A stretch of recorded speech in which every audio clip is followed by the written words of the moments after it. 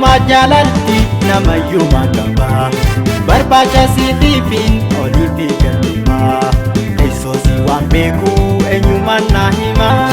Waluma jaalalti namayyuma qaba barbaacha siitiifin oliifi galma eessoosi waan beeku eenyumaan na hima.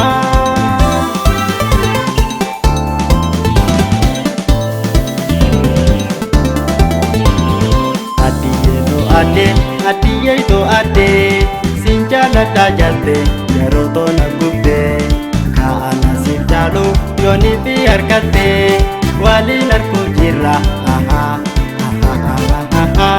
yo jiru jirate. Adiye baretu kalomu isosa jalatite halkan diriba nadorka suma kompasene onne to walaka kotu wal jalanne ana lubu takka.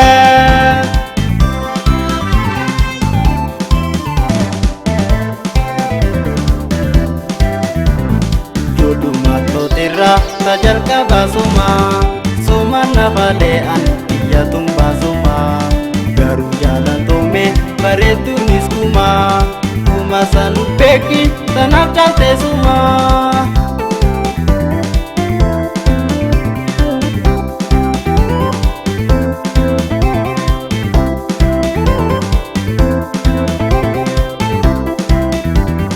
Waluma jaalalti namayyuma qaba barbaacha siitiifin oliifi galma eessoosi waan beeku eenyumaan na hima.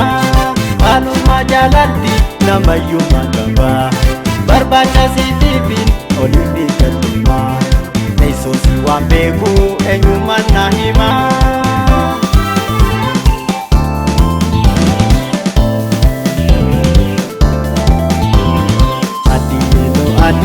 Adiye to ade sinjalata jalte yaroto nagubde kaana sinjalu yoni fi harkate wali narko jira yo jiru jirate. Adiye baretu kalomu isosa jalatite halkan diriba nadorka suma kompasene onne to walaka kotu wal jalanne ana lubu takka.